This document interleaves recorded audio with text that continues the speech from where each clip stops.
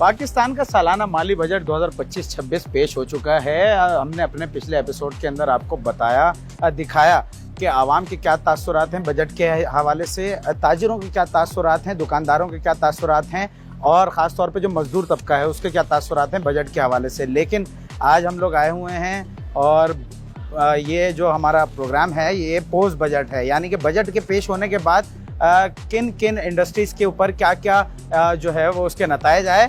ख़ास तौर पे दो सेक्टर्स ऐसे हैं कि जिनके ऊपर बहुत ज़्यादा फेवर में भी आई पॉलिसीज़ और बहुत ज़्यादा जो है वो उनके नेगेटिव मार्किंग में भी पॉलिसीज़ आई हैं। दो कौन सी इंडस्ट्रीज़ हैं?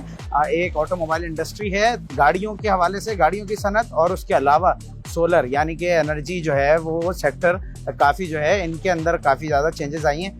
ऑटोमोबाइल इंडस्ट्री पे आज बात करेंगे और लोगों से बात करेंगे, ताजिरों से बात करेंगे ख़ास तौर पे, या इससे जो जुड़े लोग हैं, जो अहदेदार हैं, उनसे बात करेंगे, ज़िम्मेदारान से बात करेंगे कि इस इंडस्ट्री के ऊपर ख़ास तौर पे जो है वो क्या पॉलिसीज़ आई हैं, करंट पॉलिसीज़ क्या हैं, पिछली पॉलिसीज़ क्या थी और आगे इन फ्यूचर जो है वो इसके लिए पॉलिसीज़ क्या होंगी, आवाम को किस तरह रिलीफ मिल सकता है, ख़ास तौर पे ये पूछेंगे। चलें।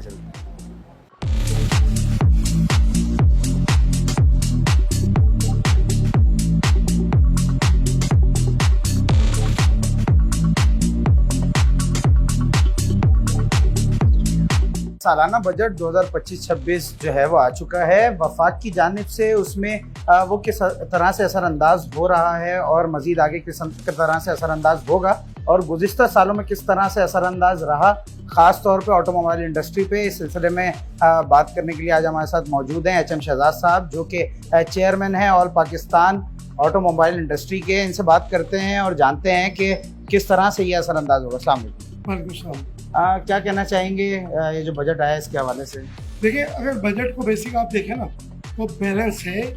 कोई बहुत बड़ी गाड़ियाँ महंगी होने नहीं जा रही और ना ही सस्ती होने जा रही है, सिर्फ लोगों की समझ की बात है। मैं थोड़ा सा आपका इसका बैकग्राउंड बता दूं।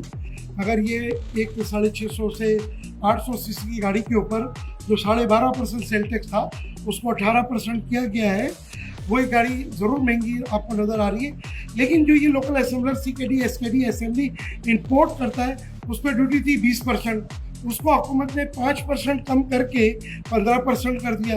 अब देखना ये है, क्योंकि ये सिर्फ करासाइयाँ चल रही हैं, लोग मुख्तलिफ बातें करेंगे जी गाड़ियाँ महंगी हो रही हैं। हमें तो उस कंपनी को देखना है जिसकी गाड़ी के ऊपर सेल टैक्स डाला गया है और एक तरफ जो है उनको रिलीफ भी दिया गया है।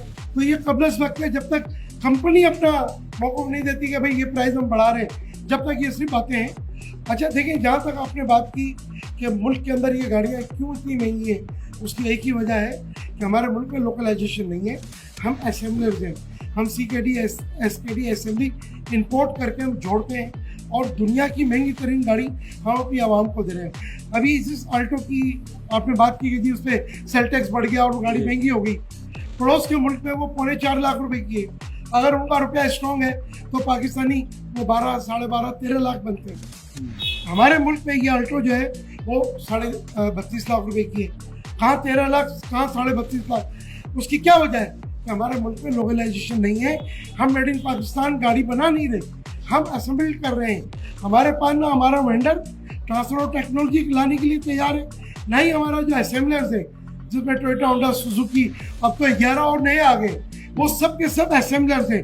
हमारे मुल्क में गाड़ी सस्ती जब तक नहीं होगी, जब तक हमारे मुल्क में लोकलाइजेशन ना हो, मेड इन पाकिस्तान ना हो, तो हमारे मुल्क की आवाम की क़ुव्वत ख़रीद में ना हो, फिर हम उसको एक्सपोर्ट भी करें, जब जाके ये हमारे मुल्क के अंदर ये सारी चीज़ें हो सकती हैं। रही दूसरी बात कि जी वो बजट के अंदर कहा गया कि भाई बदतदरीज जो है अब ड्यूटीज़ एंड टैक्सेस कम किए जा रहे हैं, तो आइंदा 4 से 5 साल में तमाम ड्यूटीज़ और टैक्सेस को ख़त्म करके 2030 में एक स्लैब होगा, जो 4 स्लैब होंगे, जिसमें 0%, 5%, 10% और 15%, जबकि सीकेडी एसकेडी असेंबली पे हुकूमत ने अभी से जो है वो 15% कर दिया है।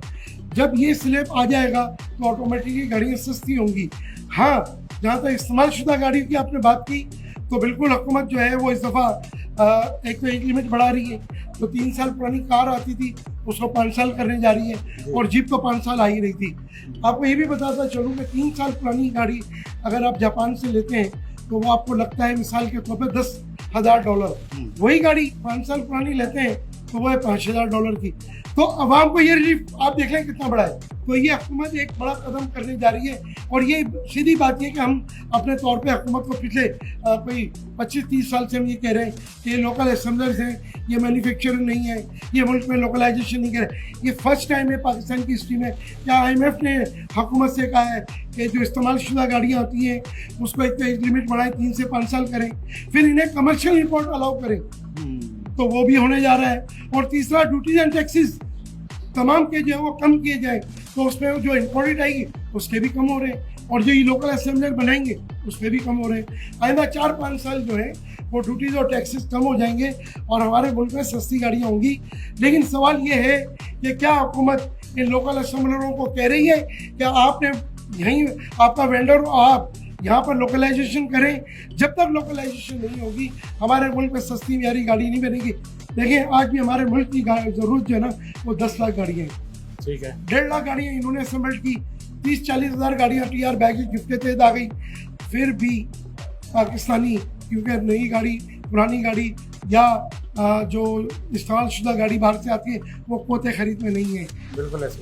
तो 8 लाख से ज़ायद गाड़ियाँ लोग 5 साल 10 साल 15 साल 20-20 साल पुरानी गाड़ियाँ खरीदने पे मजबूर हैं। बिल्कुल। तो हुकूमत को चाहिए कि अगर हमारे मुल्क को वाकई आपने इंडस्ट्री बनाना है, ऑटोमोबाइल इंडस्ट्री बनाना है, तो इंडस्ट्री बनती है कैसे कि हमारे मुल्क में मैन्युफैक्चरिंग हो, हमारे मुल्क में लोकलाइजेशन हो, हमारे मुल्क में मेड इन पाकिस्तान गाड़ी हो। जब भी हम अपनी आवाम को सस्ती म्यारी गाड़ियाँ दे सकते हैं, हुकूमत को बड़ा रेवेन्यू मिल सकता है, प्लस आप गाड़ियाँ एक्सपोर्ट करके मुल्क को डॉलर ला के दे सकते हैं। तो क्या कहना चाहेंगे इस सिलसिले में? अकाउंटेबिलिटी का क्राइटेरिया कैसे बनाना चाहिए कि ताजिरों को भी और ख़ास तौर पर डीलर्स को भी ये बावर कराया जा सके, उनके ऊपर भी कोई निगरानी होनी चाहिए कि वो इसको मेक श्योर करें कि लोकलाइजेशन को कॉमन किया जाए? देखिए हमारे मुल्क में 3-4 इदारे हैं, जिसमें एक तो इंजीनियरिंग डेवलपमेंट बोर्ड और फिर मिनिस्ट्री ऑफ इंडस्ट्रीज, ये जितने लोकल असेंबलर्स हैं ये सब के सब इनके अंडर में आते हैं।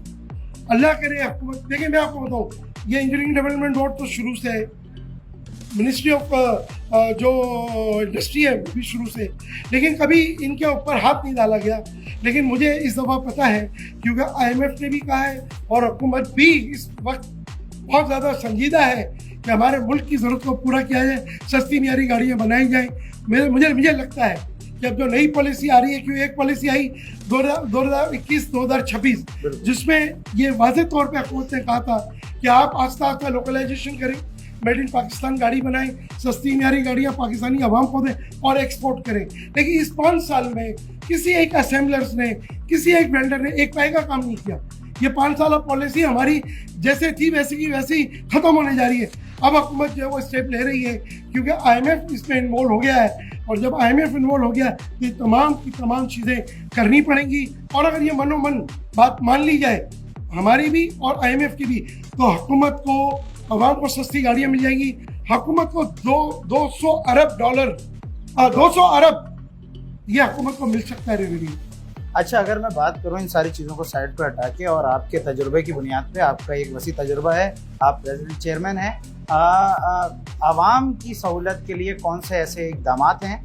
एक तो होगा हुकूमती सतह पर, वो आपने बताया, उसके अलावा क्या ऐसी पॉलिसीज़ हैं कि जिनको ला के इम्प्लीमेंटेशन करके आवाम को रिलीफ मिल सकता है? देखिए एक ही तरीका है आवाम को सस्ती म्यारी गाड़ी देने का कि जब तक आप जो यूज गाड़ियाँ आती हैं इसकी एज लिमिट नहीं बढ़ाएंगे, एक जब तक कंपटीशन आप नहीं देंगे, सेगमेंट कंपटीशन नहीं देंगे, हुकूमत ये पॉलिसी लाए, फिर आवाम की मर्जी कि वो लोकल गाड़ियाँ खरीदें या इंपोर्टेड गाड़ियाँ खरीदें। आवाम को सस्ती गाड़ियाँ कैसे मिलेंगी कि एक तो आप इस्तेमाल शुदा गाड़ी की एज लिमिट बढ़ा दें, कमर्शियल इंपोर्ट अलाउ कर दें और बतरतीब आस्ता आस्ता ड्यूटीज़ एंड टैक्सेस कम करें। जब कंपटीशन चलेगा लोकल असेंबलरों के साथ तो फिर आपको ये कहने में मज़ा भी आएगा, बात करने में भी मज़ा आएगा कि भाई अब हमारे मुल्क में लोकलाइजेशन हो रही है, अब हमारे मुल्क में मेड इन पाकिस्तान गाड़ी बन रही है और हम अब एक्सपोर्ट भी करेंगे। अब हमको सस्ती म्यारी गाड़ी और एक्सपोर्ट, ये तो एक हमारा ख्वाब है। जो अभी तक ख्वाब की शक्ल में ही है। चले इंशाल्लाह, अल्लाह ताला से दुआ है कि आप लोगों का ये ख्वाब भी पूरा हो। आपने सुना HM शहजाद साहब को, इनका यही कहना था कि बहुत सारी ऐसी पॉलिसीज़ हैं कि जिनकी इम्प्लीमेंटेशन के ऊपर जो है वो आवाम को भी रिलीफ मिलेगा और उसको गवर्नमेंट ऑफ पाकिस्तान को और पाकिस्तान को इसका बेहद फ़ायदा होगा।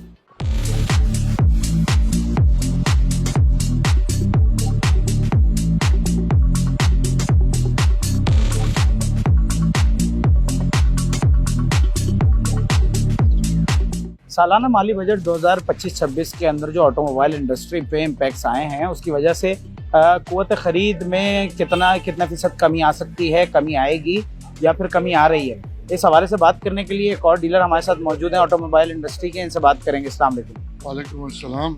आप क्या कहेंगे सालाना माली बजट 2025-26 के बाद ऑटोमोबाइल इंडस्ट्री पे किस तरह से ये किस अंदाज से असरअंदाज होगा? क्या क़ुव्वत ख़रीद से और दूर हो जाएंगी गाड़ियाँ?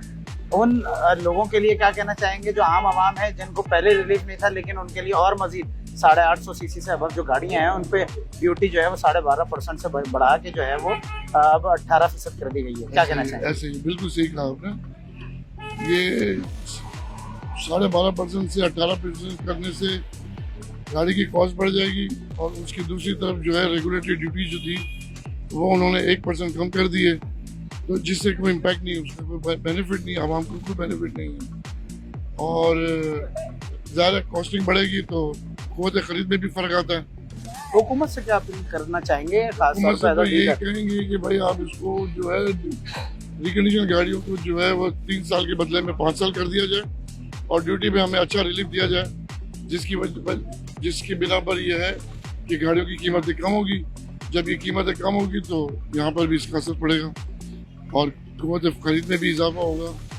और जो हमारी लोकल गाड़ियाँ हैं वो भी, उस पर भी काफ़ी फ़र्क पड़ा, लेकिन ये गाड़ियाँ जो दूसरे मुल्कों में होती है, हमारे पड़ोसी मुल्क में काफ़ी कम कीमत में मिलती है, यहाँ ज़्यादा कीमत में होती है। तो ड्यूटी में अगर गवर्नमेंट अगर हमें कुछ रिलीफ देगी तो कोई फ़ायदा है आवाम को और उससे क़ुव्वत ख़रीद भी बढ़ेगी, गाड़ियों की तरसील भी बढ़ेगी, हुकूमत को रेवेन्यू भी बढ़ेगा।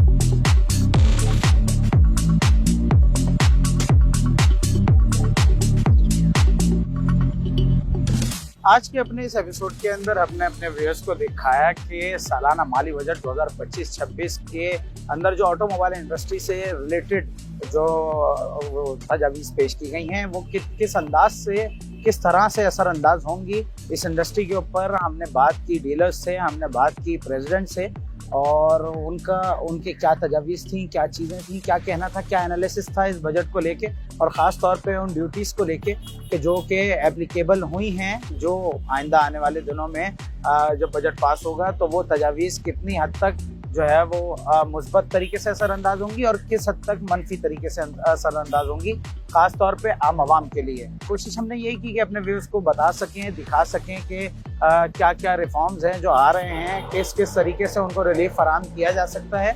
इंशाल्लाह एक और नए एपिसोड में एक और नए सब्जेक्ट के साथ, एक और नए उन्वान के साथ मुलाकात होगी। तब तक के लिए अपने होस्ट सैयद मुंतज़िर और प्रोग्राम जस्तजू को दीजिए इजाज़त। अल्लाह निगहबान।